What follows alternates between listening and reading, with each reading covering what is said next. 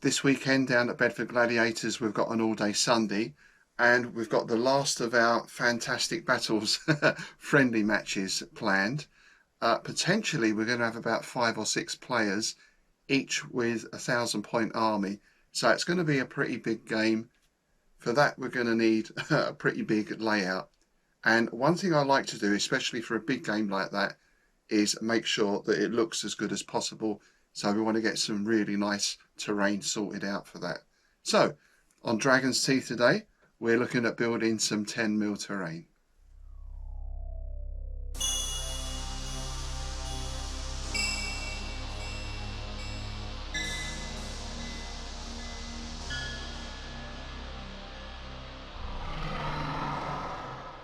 I'm sure, as I've mentioned before, one of the great things about the Gladiators Club is we're able to store all our scenery and terrain in a safe place upstairs.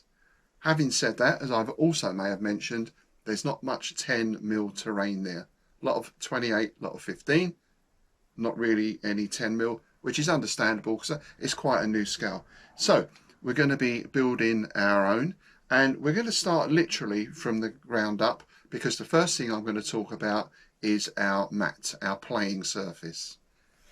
So of course these days you can get some really excellent battle mats. You can have pretty much anything printed on them, from Starfields to Marsh to probably actual OS maps. I wouldn't be at all surprised. They're, reasonably expensive. If you want to save a little bit of money, as I have been doing, what you can try is this. This is Green Baize. I think I got this off of eBay or Amazon. So this is the sort of stuff that goes on snooker tables or billiard tables. This isn't the most thick that you can buy. You can get thicker quantities than this, but I thought this would certainly do for me. I've got a couple of rolls here of 6x4. Now it does come up as a bit bright green at first. So what I did is I just hung this on the line outside, and I sprayed it with various browns and darker and lighter greens, just to give it a little bit of a sort of texture, a little bit of variation in shade. So that's certainly what I'm going to be using at home. I'll probably end up getting some battle mats at some time, but these will certainly do for now.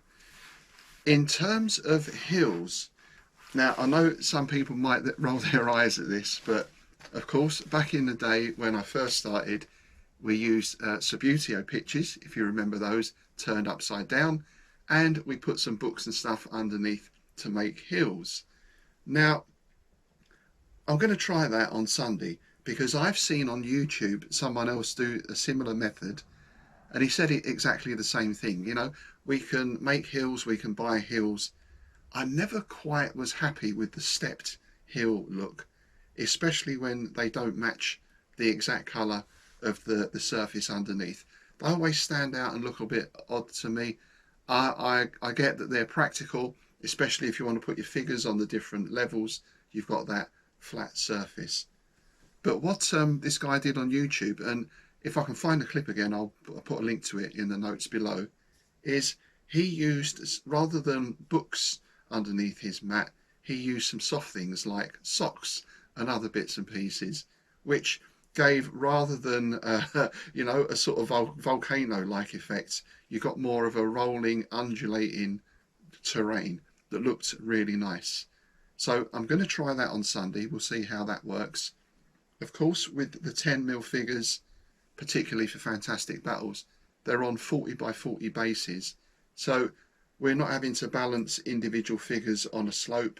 And by the same token, I'm not going to make the slopes too steep anyway. But what that will also allow us to do is to lay across our rivers and our roads, and they should lay naturally on the terrain. So let's take a look at those first. I'm sure you remember that not that long ago I looked at this method of making rivers that laid flat, borrowing an idea that I saw on another YouTube channel, and that was to paint the underside of clear plastic sheeting, the sort of stuff that's used to protect tabletops. Now, I tried acrylic paints on those last time. I basically painted a whole big sheet of stuff, and it looked kind of okay, but one thing we found was the acrylic came off very easily. So what I thought I'd do this time, well, first of all, I cut out some smaller pieces of sheet and I laid them out overnight under some books to get rid of a lot of the crease marks. And then I thought, let's try using a spray can, couple of shades of blue, and see how that works. So let's take a look. These were the spray cans I used. These were cheap off of eBay, I think. And I have to say, although I have used this type of spray before, even this actual brand, these ones weren't very good. I don't know if I got a dodgy batch or something like that. The light blue in particular, it was very hard to press the nozzle down and the paint was very spattery. It was quite hard to get a nice even coat. Now, the other thing I would also advise, if you're going to do this, obviously outside or in a well ventilated space, I had them hanging up. I thought it'd be easier to hang off the line or off my board and just spray. What I found there was that when the paint gathered together, it started to run down. So I got sort of rivulets and trickles. Now, that may come out looking all right. It may add to the effect, but obviously if you're spraying them on a flat surface, then you're not going to have that problem. Once I painted each sheet and left them to dry, I then gave them a spray of a clear gloss varnish just to really help seal that paint in. And this is how they came out. Now, this is the first one. I had a bit of a disaster with this because as soon as I picked it up, it hadn't dried properly and it started folding in on itself and sticking together. So I don't know if you can see there, we've got some quite blotchy bits where the paint has sort of rubbed against itself and come off. I did go over and spray a little bit more, but we've still got some odd blotchy bits on that. So I might try those for rivers. That might actually work better for sea, or I might use this for some ponds and lakes. The second sheet I managed to get a better coverage on, more even coverage, and I was more careful when I handled it, so I didn't have that sticking problem. So that's looking a bit better. So I'm going to use this sheet, and all I'm going to do for this is cut out some lengths of river. Now, you may remember before I did one whole, I think 4 or 5 foot length that would just run across the table. It would be one piece, there'd be no joins. But I did find there was a bit of an issue with it curving up at the bends. So I'm going to do some shorter lengths with this, and of course I've got those bridges and folds in place to hide up any join marks. Alright, there's our finished sprayed sheet. That's roughly what it looks like on the other side. Probably a bit difficult to see under the shiny light there. But anyway, I'm going to start cutting out some river shapes now. I'm going to keep these about 2 foot long or so. And in terms of width, I've got a rough template there. That's about 65-70 mils or so. So as long as I keep within those bounds, then that will fit my bridges and folds. And yeah, we've got a little bit of curling up at the edges here, so I'm going to have to trim just along there. And we'll see, if I put a early curve in this one, I might just cut out a curve first of all straight away, just to see whether that bends up as well. So I'll start by trimming just across the bottom here. And then I'm just going to do a straight run up the side, and we can start working in our shape. Of course, the good thing with rivers is they don't have to be total straight lines or anything else. We can have a few curves and meanders, I believe is the word, isn't it? From my old geography school days, which was many years ago.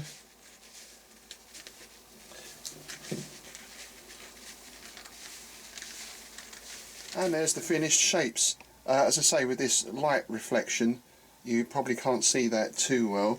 Maybe if I change my angle a little, that might be a little bit better. So these are laying nicely flat, much flatter than before. And also, because I put a gloss varnish on the underside to seal that spray paint in, that's made it slightly tacky. So that's nice because they're actually slightly sticking to the cloth underneath. Now, in terms of the actual finish, I don't know if you can see there, as I say, with that really cheap spray paint, it was very splattery. So I'm not sure that looks totally rivery, but very bubbly sort of river perhaps. So I think maybe with some better spray paint, then I'll get a better finish. But overall, I'm pleased with these. They lay flat, They look vaguely watery, they're certainly nice and shiny. They will do the job. Of course, if we've got bridges and fords, then that implies that there are roads as well. Now, the setting for Bane Moors is this kind of wasteland, so it's fantasy as well. I'm not going to be making any nice tarmacked or modern roads. We're going to be doing with dirt tracks, and to be honest, these won't have any real impact on the game. I don't think you get any bonus movement for going roads as opposed to cross country, but again, visually they'll look nice, and we'll probably just have one road going through the middle across a bridge or something like that.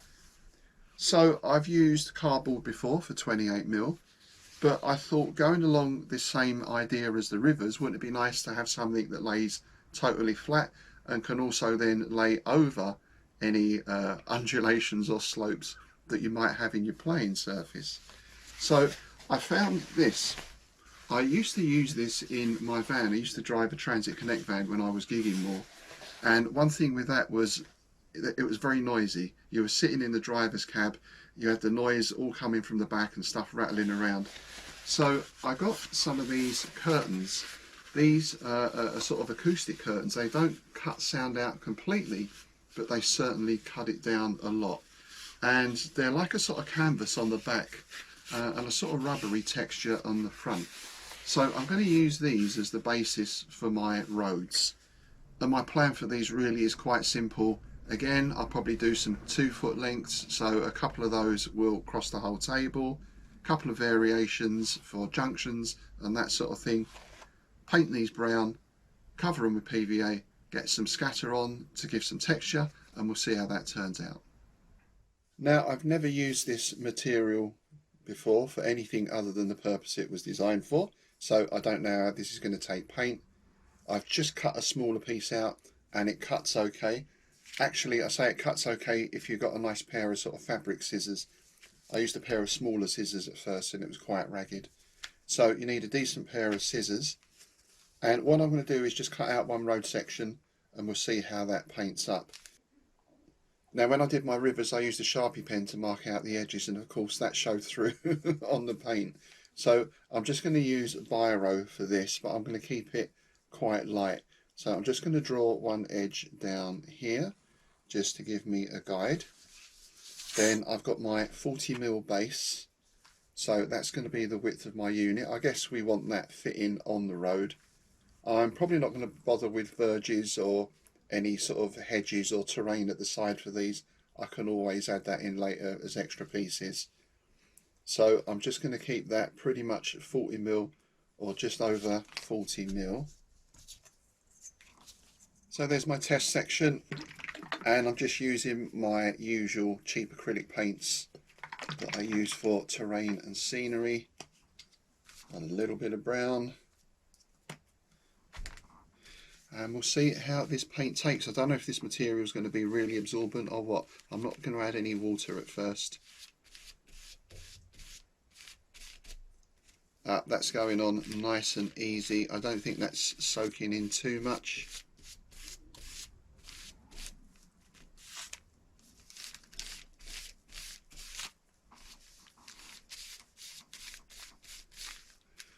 And yeah, that's very easy to paint. There we go. Very quick, very easy. I'll go over that in a minute. But yeah, the material works very well as far as taking the paint goes. So I'm just going to put that to one side, leave it to dry. While that's drying, I'll be cutting out some more sections, and then we'll get back and paint and put some scatter on those.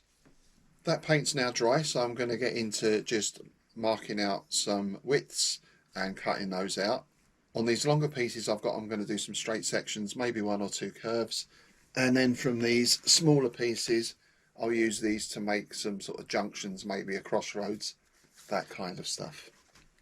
So again, I'm just using a biro for this, just to draw a faint guideline, and we'll keep this well, just imagine this is a Roman road or the old straight track, I believe. Wasn't that the start of the ley line theory? These straight old roads that cross the ancient countryside.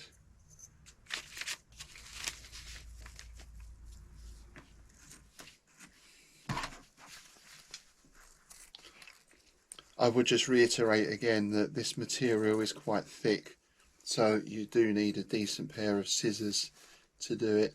I guess those proper sort of dressmaking scissors would be the best type. So there's our first stretch of road. I've kept that to about 40mm all the way down so the base just fits on. Didn't want them too wide, that's just about the right width. So pieces cut out, I'm going to spread some PVA on. We'll just water this down a touch.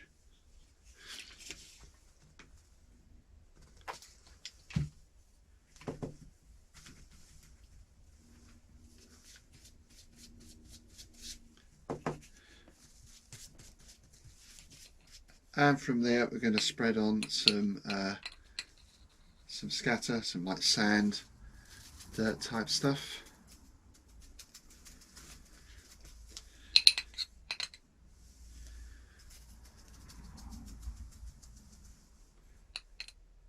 And there's our finished road sections. I'm going to leave these to dry overnight and I'll give those a spray in the morning. I seem to have a lot of tins of matte varnish at the moment, so that's what I'll use for those.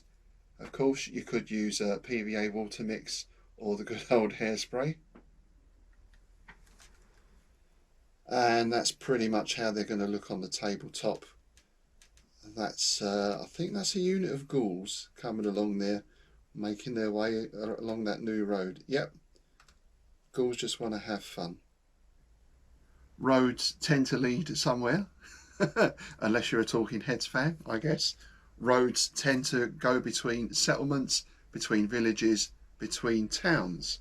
That then implies that there are buildings. Now for this I've already made some ruins on the CD bases that you will have seen, but I thought it'd be nice to have some villages, and maybe at one point, or I'm sure what's going to happen is there's going to be some sort of encounter in a more built up town area. So we need some buildings. I'm looking initially at using card or paper. So I've had a good search online, I found various places, I bought some PDF downloads, there's some stuff available for free, and I've got some things like this. These are fairly basic, sort of crude, I guess you call them like Iron Age type huts, and you can go all the way up to something more sort of almost, well, medievalish or Tudor really. And these are nice ones. Again, I bought these. The only problem with these is the scale. These are put out as 10mm, but I think they're closer to 6mm. When I put my 10mm figures up against them, they do seem, the buildings seem quite small. So that's not an issue, you might think, because as I did with these, I download them on the computer, I put them into my desktop publishing program. I was actually trained in desktop publishing, and I do a lot of editing and sort of layout graphic design work. So it was quite easy for these ones just to change the PDF, alter the scale, and they should be perfect now for 10mm. I think these originally might have been 25mm. Same for these. However, ironically enough, with the PDF that I bought, this one, I'm not able to open it in my desktop publishing program. So I've either got to adjust that size, which is an issue because I want to scale it up. If I wanted to scale it down, that's fine. Where I have something like this, for example, I can easily scale that down and it still fits on the sheet. If I scale this up, then I'm going to be missing something out. So I've either got to try and just scale up one particular bit of it. It's going to be complicated. Anyway, I'm going to research that to find out if I can in some way import these into my program, and we'll go from there. In the meantime, however, certainly for Sunday, we'll have a couple of quite smart village houses, and we'll also get some huts, those sort of tribal huts I looked at earlier. We'll get some of those going. Oh, and I found this one as well. It's like a sort of log cabin or something, I suppose. Again, I've scaled those down. I mean, the good thing is from like 25, 28mm to 10mm, the maths is pretty simple. Even I was able to work that out. So let's get cracking on those. So I'm going to start with these huts, and in fact the official name for them, according to this PDF at least, are Grubenhaus. The Grubenhaus, literally dugout house was little more than a thatched wattle and daub pup tent. The floor of the hut was usually dug out to about 2 foot below ground level, hence the name. They were common peasant dwellings from prehistory right up until recent times, so very easily to fit into our fantasy games then, as they will do for pretty much any time and any culture. So the first thing I'm going to do is just cut out one of these. Alright, so that's my 6 dugouts cut out. What I'm going to do now, just to stiffen these up, is put them onto some backing card. You could work with the paper, I suppose, but you might find them a little bit light and flimsy, especially for some of the larger buildings. Now, the sort of card I think is best for this is just your basic cereal box stuff. It's reasonably strong, but not too thick. So I'm just going to stick these down on here now, then I'll get into cutting out the individual shapes. Alright, so that's everything back with card. I've got my dugouts, I've got my wooden shacks, and I've got those sort of Tudory Elizabethan type houses as well. Next job is to cut all these out, and I'm using scissors and a craft knife just to get around any little edges like we have on these flaps, for example. That's all the buildings cut out. The next stage then is to start folding, and I'm going to use the metal rule to work along the folds just to get those right, and then sticking everything into place. Now, I have noticed one reason I wanted to use the Pritt stick rather than the PVA is the PVA does leave everything very damp, and there's 1 or 2 places where I've used a knife, here for example, where it's torn the paper a little bit. Doesn't really matter because that's on a flap, so that will be hidden, but obviously Pritt stick you won't get that so much. So what I'm going to use instead to glue everything together now is just some Evo-Stik type glue, and hopefully that will do the job without making these any damper. So that's the 6 dugouts done, the 6 huts. I'm going to stop there with those for today. 2 reasons. One, this is all I need for the game tomorrow. I don't need a lot of buildings. I just wanted some village buildings. Secondly, the PVA glue, as I said, is making that damp cardboard even damper. And the Evo-Stik is not really the best glue to use for this. I'm having to stick and then hold everything in place for about 5+ minutes while it all sets. So that's really taking quite a long time to do. What I'll do is I'll finish those other buildings when I get a Pritt stick. I think that's by far the best method to use to make these buildings. Anyway, those are done for now. I'm going to put those to one side and let them dry. And of course, where we have buildings, where we have a population, they've got to have a means to eat, right? They're going to be growing food. So I'm going to make up some fields as well. I'm going to use the same method as I did for my 28mm stuff mostly. Well, for that I either use the card base or I use these vinyl sort of tiles, floor tiles, not really carpet tiles because it's vinyl. So they're sticky backed, which gives us a nice surface to key onto anyway.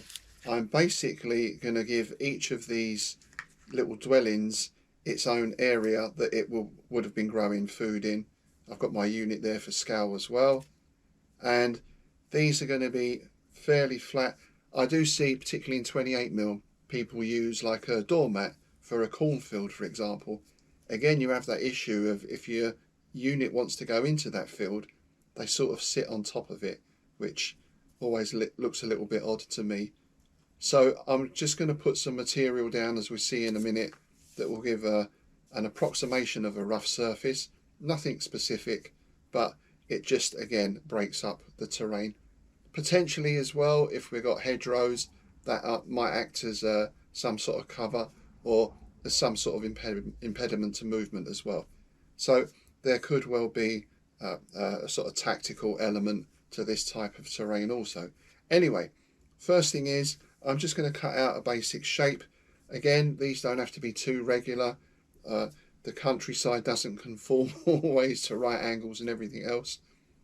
The main thing I think is, if possible, I'll be able to butt these up together. So I want to keep them fairly modular in that sense. We might have 1 or 2, we might have a collection of 10 houses with the surrounding fields. Now I can use the Sharpie on this because this is going to be the underside. This is going to be the base, so it won't be seen. So if we've got our house there, let's assume we've got a track or road here, then that is maybe going to run down to here. We'll put a little bit of a curve in there. It will come across and then come up this side. And just to round the edges off a little, I'll just put some curves in on the corners there. So what I'll do now is draw a few of these out, cut them out, and then we can move on to actually putting our ground cover down. There's my field shapes then. Now, in order to put some texture onto these, I've got two materials, a flannel, I guess, or a face cloth. Then I've also got a few of these. I think they're dinner mats, I guess. I'm not quite sure what they are. I'm going to stick them on with some PVA. I'm not going to put anything else on except, of course, I'm going to paint and some scatter on.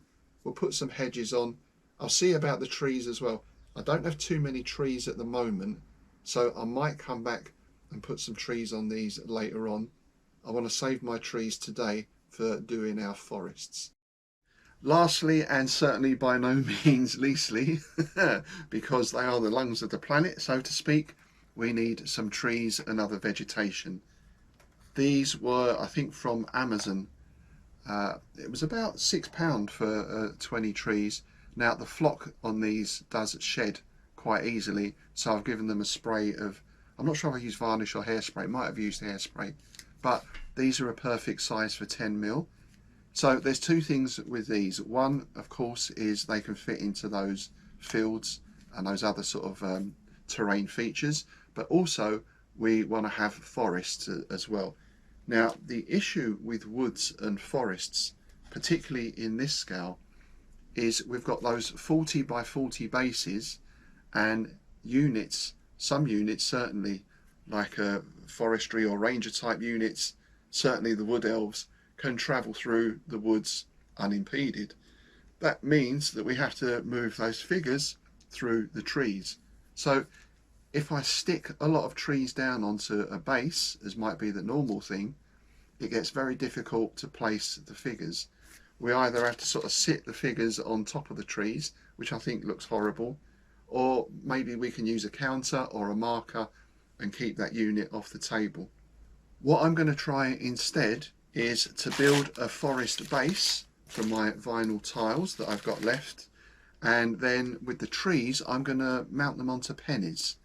So at this scale, because the trees are not very high, they're less liable to topple over, particularly with a penny as a base. I do find with 28mm trees, you know, because they can be sort of 10 centimeters or so tall, unless you put a really large base on, if you just put the normal size round base, even if you put them into like a depression on your forest floor area, someone only needs to nudge the table and they all go over.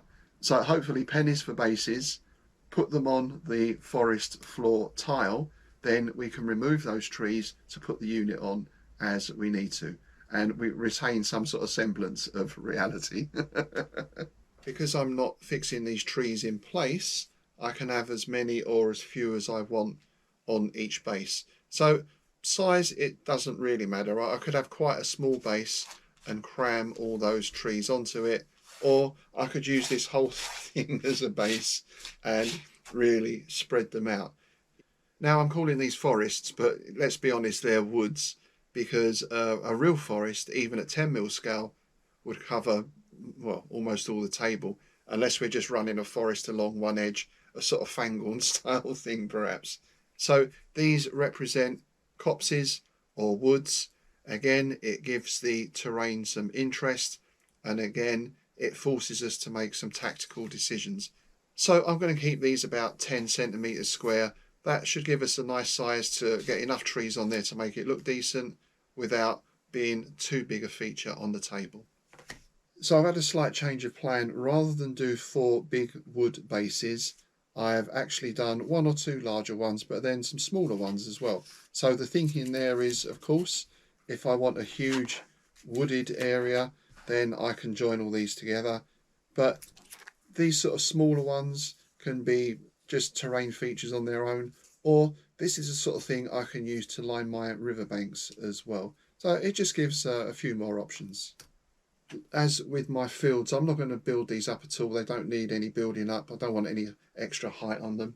So it's just paint and some grass, and that'll be it. So I've got my pile of pennies here and one or two other coins from my travels, I think. Not sure why that is.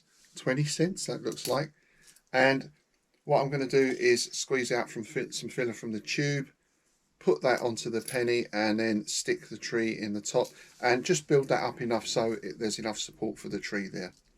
That's the plan. Anyway, let's see how that goes. The first thing is I've got to try and get this working. This filler is a little bit old and probably not the best method for getting it out. I did have a sort of tub of it, but that was even older and that was very dry and gritty. So let's work some of this onto the penny. In for a penny, in for a pound, as they say. Just build up a little sort of mound of it there. And then take my tree and stick that in the base. Now actually that trunk is quite long, so I'm just going to trim that off a little bit, because of course we don't have to worry with this method about our figures sort of sitting under the trees, because the tree is not going to be there if they are. I'll just put a little bit more height into that base. That's better. That's better. So I've got that in, just smooth all that off a bit.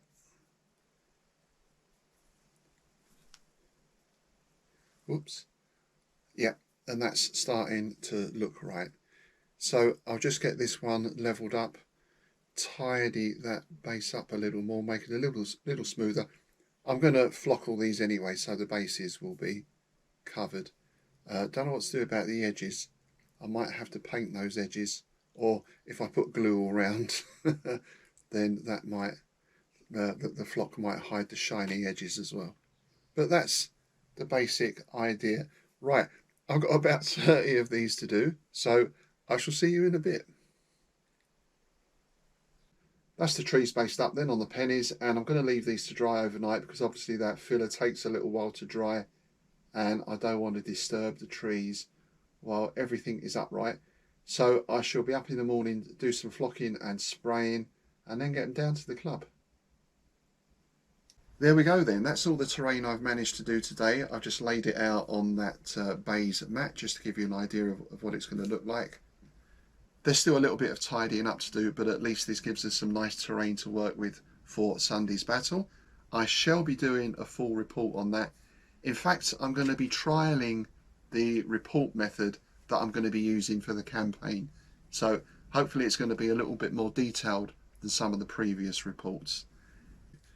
Anyway, that's it for today. As I said, I have whizzed through those pretty quick, but I had a lot to do today, and I'm sure those methods will all be pretty familiar to you anyway. If you do have any other suggestions or ideas, anything you think I could do better or cheaper, then that would be most welcome. And if you have any terrain that you've made yourself, then please do feel free to pop a link below to your own videos and uploads as well. I'm always interested to see how people do things. It's always fascinating to see how innovative gamers can be in making this kind of thing up.